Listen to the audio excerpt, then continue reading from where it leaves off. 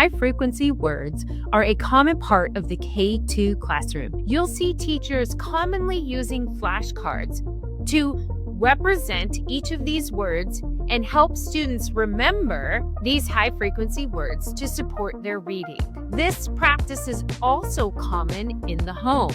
Parents, thankfully, are helping their students with these high-frequency words by also doing flashcards. So students are seeing flashcards often in the classroom and in the home environment. This tends to lower engagement and motivation for high-frequency words. So today, we are going to toss out those flashcards. We are going to show you how to support high-frequency words by putting that fun back in learning.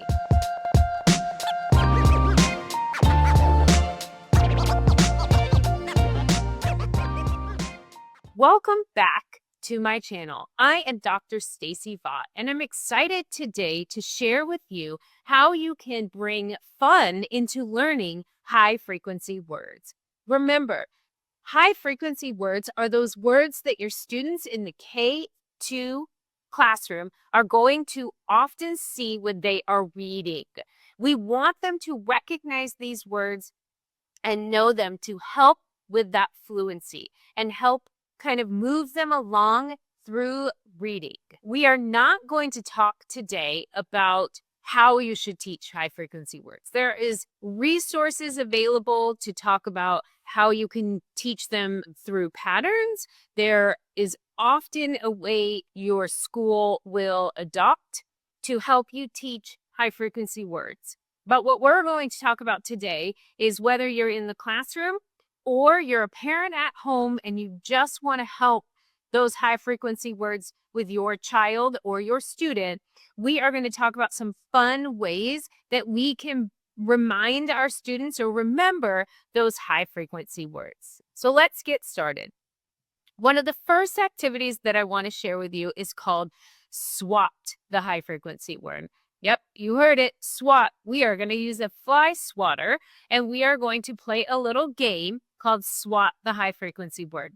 So I have a whiteboard here, and in the classroom or at home, have a whiteboard, and you're going to put several high-frequency words on that board. I tend to suggest that we stick with around 5 at a time, especially for our younger kindergartners, even first graders, because they're really trying to decipher what word that is, and they're really going between the phonics rules that they've learned and the fact that these words don't follow phonics rules. And that makes them harder for them to decode. So they really have to be able to use patterns and use some sort of memorization, which is debatable out there, to remember these words. So you put the words on there, and I always recommend you get 2 fly swatters, because anytime you do a little competition with these activities, you are upping that motivation game. So as a class, or if you're at home, make sure you're spelling the word and you're saying the word, because remember, the phonics rules do not apply to these. And so being able to spell the word and seeing which letters are included in that word is going to make a difference. So spell the word, say the word, make sure that the students know all the words that are on the board. And then you have your 2 students, they have their fly swatter, and you're one to say one of the words. You might say, I am thinking of a high-frequency word that is go. And the student is going to swat that word, and then they can spell it, G-O, go. Great. That student wins. The other student gives the fly swatter to somebody else, and those two students compete. This will allow these words to continue to be a part of the student's everyday learning experience, but in a fun way. Great. All right. So we are going to talk about sensory. Sensory is always a fun way for our pre-K, K, and even first graders to practice different things. We can do sensory for so many different things, but for today, we're going to talk about those high-frequency words. So again, going back to our 5, stay around 3 to 5. If you're doing pre-K, I would recommend 3. K1, you can do as many as 5 at a time. Have those words available so they can see them. And then shaving cream, salt, flour, yogurt are great sensory options to allow the students either in the classroom or at home to spell those words.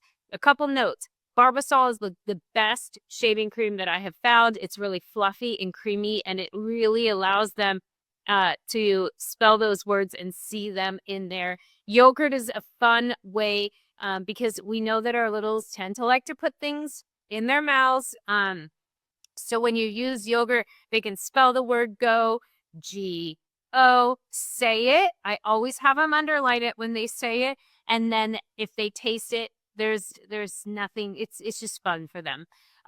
Salt and flour are another way. Again, show them the word, have them say it, have them spell it, G-O, go, and have them underline it so that they are remembering the letters that go with that high frequency word. Our next activity is one that I like to call rapid naming. It's a fun phonics activity. It can be used for many different things. High frequency words is one of them. So the students or your child is going to see a grid that looks similar to this. If you look at the first row, we have to, the, a, and of. The idea behind rapid naming is that you are consistent with those 4 words, but you put them in different spots in each line. So the student has an easier time rapidly naming them because they're seeing them over and over and over. A hint or a tip here. If your student is struggling with high frequency words, color the box of your high frequency words the same color. So all of your twos, you might color red. All of your thes, you might color yellow. All of your ofs, you might color blue. And all of your a's, you might color green. That will help for the student visually to trigger, oh, I remember that letter, T-O, that's green too, or whatever color it was. So rapid naming is fun. Again, because we like to put a competitive spin to increase that motivation, you can have them time themselves, and every time they do it, you can try to see if they can do it in a faster time. The students have a lot of fun with this, and again, if you add those visual colors to it, you are really supporting any struggling reader, anybody that's struggling with high frequency words, some of our English language learners. That is a really, really great strategy to help them with high frequency words. Music. Every student loves music. So musical chairs and cakewalk are always an activity that I recommend when it comes to bringing games and fun into your learning. You take your 5 high frequency words that you are working on as a class, put them in either a small group or a whole group. It's okay to repeat those words. It's okay that when you've landed on a word and there are multiple students, it's okay when the music stops and you call out a word if multiple students get out at a time. You can continue this game. It can be a fast-moving activity.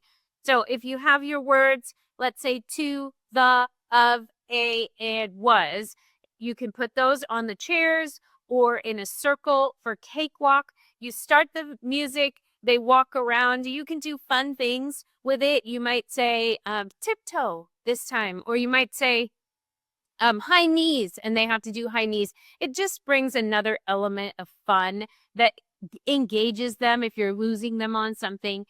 And when the music stops, you will call out a high frequency word. As I have said, spell it, say it. So you might say, if you're sitting on the word of, and those students will look, okay, everybody, let's spell it. O-F, of. Excellent. And those students are out. A thing to note here, if you notice that you have a student or more than one student really struggling with some of those high frequency words, be intentional in stopping the music when that student is by a chair with that particular word. You want to put them in situations where they're going to have to practice that word over and over.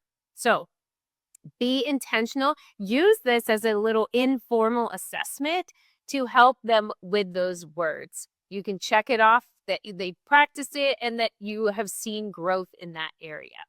Excellent. Okay, let's talk about taking it outside. We've talked in other videos about using hula hoops, and I suggested go to your PE teacher, borrow some hula hoops. You can put high frequency words in those hula hoops, get a bean bag, they can toss the bean bag, and whatever word that is, they would spell, say, and underline. So you might say the, T-H-E, the. Remember, that helps them connect that left to right print and the letters that go with that word. You can do this with hopscotch as well. Create a hopscotch outside that has those high frequency words. And instead of skipping a word, they would hop in each square and say that word. They can spell it if you would like to. The exposure and the repetition of using those words in a fun and engaging way can help those students remember it. Now, let's take it back to some of our old school games that we might have played while we were kids. Memory. Memory is always a fun game. Memory is a great way to engage students with high frequency words. Write out the high frequency words twice and then